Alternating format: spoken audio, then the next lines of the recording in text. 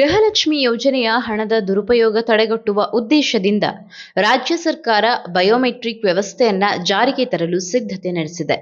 ಮುಂದಿನ ತಿಂಗಳಿಂದ ಈ ವ್ಯವಸ್ಥೆ ಜಾರಿಯಾಗುವ ಸಾಧ್ಯತೆ ಇದ್ದು, ಎಲ್ಲಾ ಫಲಾನುಭವಿಗಳಿಗೆ ಬಯೋಮೆಟ್ರಿಕ್ ಕಡ್ಡಾಯಗೊಳಿಸುವ ಚಿಂತನೆ ನಡೆದಿದೆ.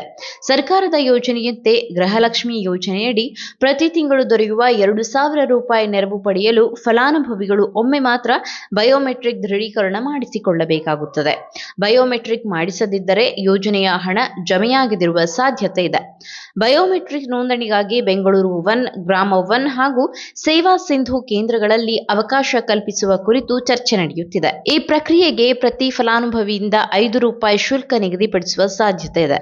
ಇದರ ಜೊತೆಗೆ ಗೃಹಲಕ್ಷ್ಮಿ ಸೊಸೈಟಿಯ ಸದಸ್ಯತ್ವಕ್ಕೂ ಅವಕಾಶ ಕಲ್ಪಿಸಲಾಗುತ್ತಿದ್ದು, ಸದಸ್ಯತ್ವ ಪಡೆಯಲು ಆಸಕ್ತರು 1,250 ರೂಪಾಯಿ ಪಾವತಿಸಬೇಕಾಗುತ್ತದೆ.